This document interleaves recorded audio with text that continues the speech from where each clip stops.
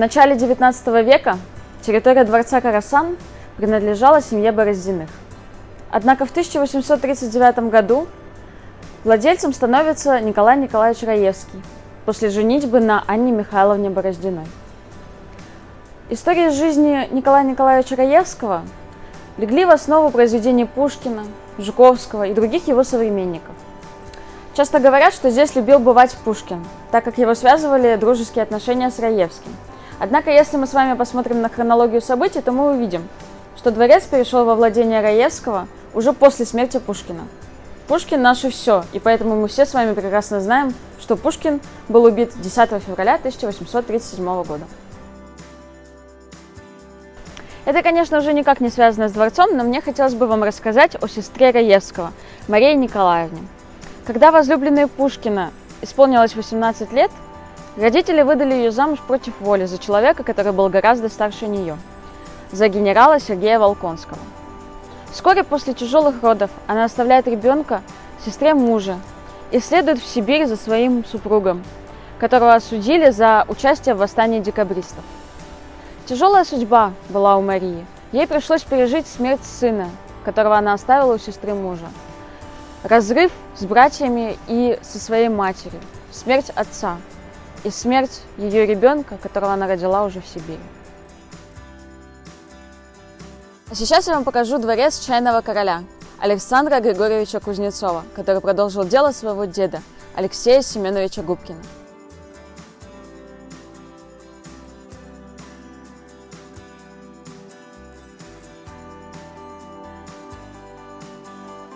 В середине XIX века Губкин занимается массовыми поставками чая из Китая в Россию.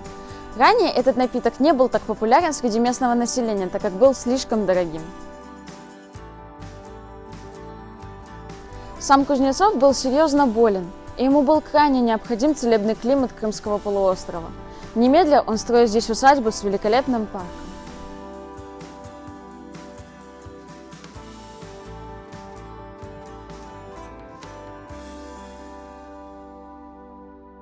Именно он первым проводит электрическое освещение, телеграф и телефон на Южный берег. Имение известно также тем, что в 1916 году здесь писатель Максим Горький и певец Федор Шаляпин 6 недель работали над страницами автобиографической книги «Страницы из моей жизни».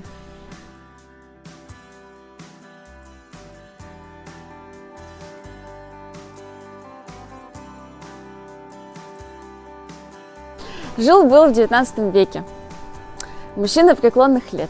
Звали его Александр Гагарин. Он был адъютантом графа Воронцова. И как-то его направили в Кутаиси и назначили графом-губернатором.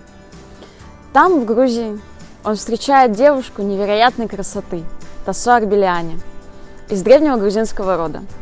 Но тот род переживал тогда не лучшие времена. И девушку, по согласию родителей, отдали замуж за Гагарина. Несмотря на то, что у них была очень большая разница в возрасте, это был брак по любви. 3 года они прожили вместе, и спустя вот эти 3 года был застрелен граф Гагарин сванетским князем. Долго горевала Тассо.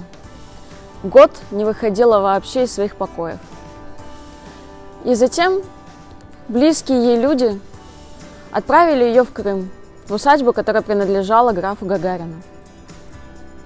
Здесь она уличает управляющего в воровстве, управляет всем хозяйством и приходит в себя. Открывает бесплатную больницу, сама же лечит людей, отдает очень большие деньги на благотворительность. Но зарождается у нее идея построить дворец в память о любимом муже. Но средств нет.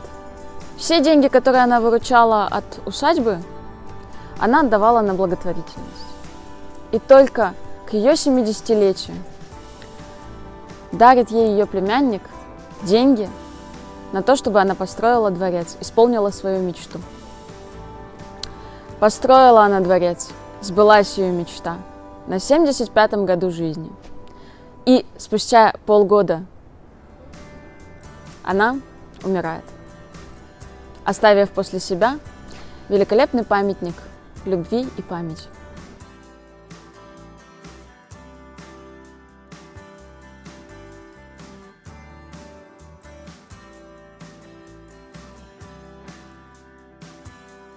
Массандровский дворец – это место весьма загадочное. Строительство его начал граф Воронцов в 1881 году.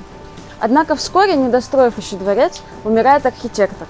Вслед за ним умирает и сам Воронцов. Через 7 лет после смерти Воронцова имение покупают для Александра III. Но, однако, и император вскоре умирает. Затем уже Николай II отдает распоряжение закончить, наконец-таки, строительство дворца. Уже в 1902 году дворец был достроен. Однако императорская семья никогда здесь не жила. Более того, даже ни разу не останавливалась на ночь. До революции в здании никто никогда не жил. После революции здание использовалось как больница для больных туберкулезом.